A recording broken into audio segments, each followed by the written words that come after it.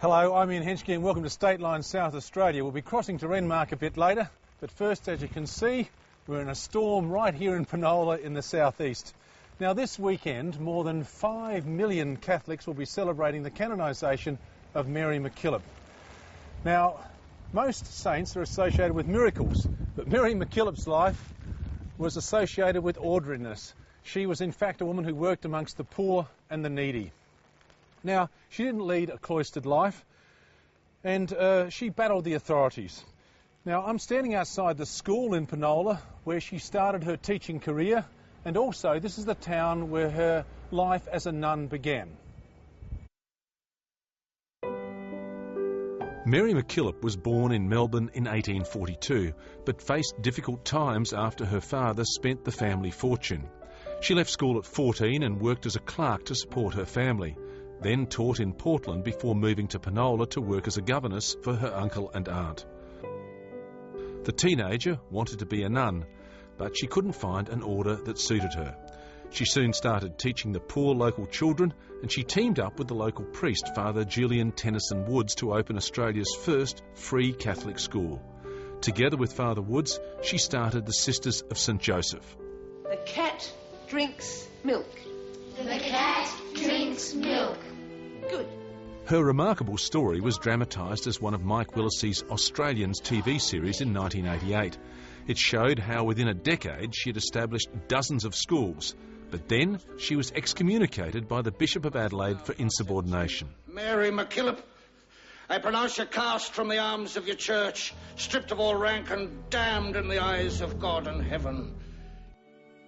But the most recent documentary, screened on the ABC Compass program last Sunday, revealed how some of her Josephite nuns running a school at Kapunda had reported their local priest to the church hierarchy, alleging he was a pedophile. This started a chain of events which led to Mary MacKillop's excommunication in September 1871. Many schools were closed, but they reopened after she was absolved by the bishop and readmitted to the church 5 months later. This version of events has been confirmed by the order last month and adds a new dimension to her story. By the time she died in 1909, there were St Joseph's schools all over Australia. In 1925, the order started the first moves to have her made a saint. 85 years later, after a lengthy process, the troublemaker and champion of the poor, who gave the church hierarchy so much grief that they threw her out, is now going to be Australia's first Catholic saint. Well, now I've moved inside, and we're inside the room where Mary MacKillop lived while she was a nun in Penola in 1867. And we're just going to move through into the classroom where she taught. And of course, teaching is such an important part of the Josephite tradition. And one of the special guests who's down here for the celebrations this weekend is Sister Eunice Barry. She's been a Josephite nun for 68 years, and I spoke to her earlier about what life in the order that was founded by Mary MacKillop means to her. When did you stop teaching? Well, 2 years ago, 19... Sister Eunice Barry is 86 years old. Like Mary MacKillop, she started teaching as a teenager when she first joined the order in 1943. In a teaching career spanning almost 70 years, she's taught all over South Australia. And she's one of the few Josephite nuns who still wears the traditional habit. And she's only too happy to explain its symbolism. The symbol of the Josephites does look a bit like the ABC symbol. Can you explain what the symbol means? Well, the blue monogram was M for Mary and A for like Ave Maria.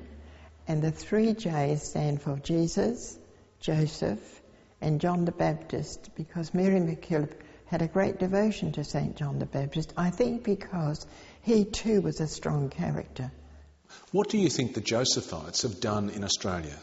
I think they've helped the poor people to get back some of their dignity, to make sure that they are important people, especially the children, to restore their dignity and to take their place in the world, you know, as people, not just the underdog.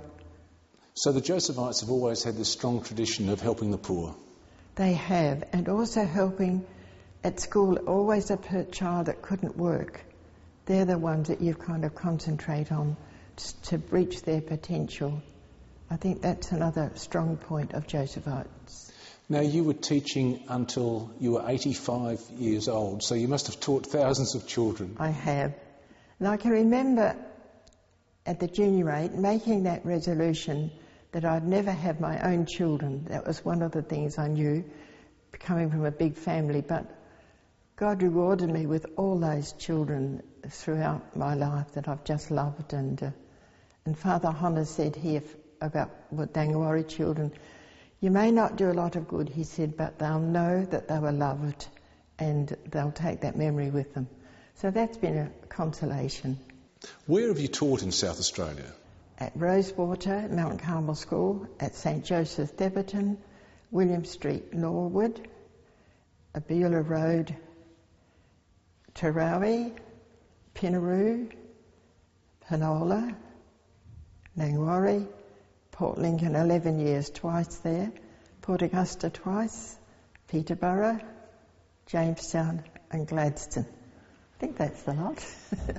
There's hardly anywhere you haven't taught across the state then? Mostly in the country. I haven't taught many city schools, just about 10 years in the city. How important is it for the Josephites that this weekend Mary MacKillop is being canonised as a saint? Well, I think it's important because she stood for Australian values. She stood that the poor people have a right to education.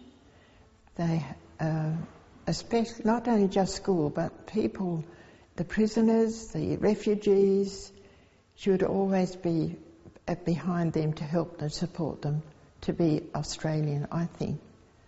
Now, you had a very long career as a teaching nun. What have you done since you retired? I visit the sick at the nursing home, usually trying to get one of visits there. I've also helped an Ethiopian family with their homework.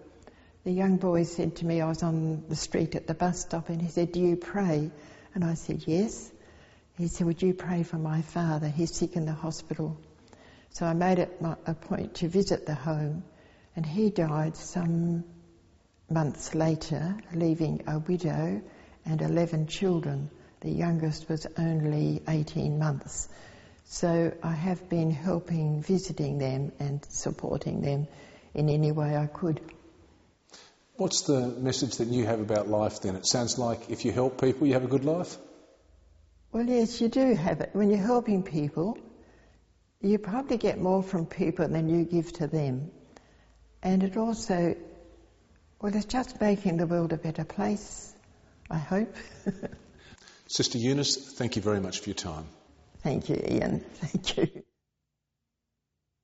Now, the actual canonisation will take place in Rome on Sunday before tens of thousands of people, but there'll also be celebrations in Adelaide and here in Penola as well.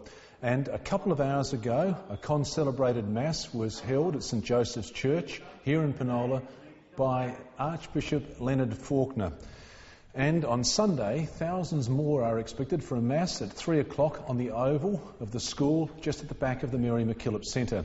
And earlier I spoke to Claire Larkin about what else will be happening from the Mary MacKillop Centre. Claire, how many people do you think will turn up for the big events on Sunday? I think there'll be about 5,000. So what, the town's population will quadruple? It will. We're about 1,200, so there's going to be a lot of people around. And what's the order of the day? Well, we've got celebrations all day on Sunday. The town will really be in festive mode. We'll be showcasing the region's food and wine. There'll be stalls around the street. There's a children's parade I'm really looking forward to. About 200 children dressed in period costume, skipping their way down the street with school bells ringing. And at the end of that, you've got a very special flag-raising ceremony. We have a very special flag that was brought out to us by Tim Fisher in August and presented to us. That's the Vatican flag. So you'll be flying the Vatican flag in the town? In Penola, yes. That's a real honour to have that flag. That's wonderful. Thank you very much for your time. Thank you, Ian.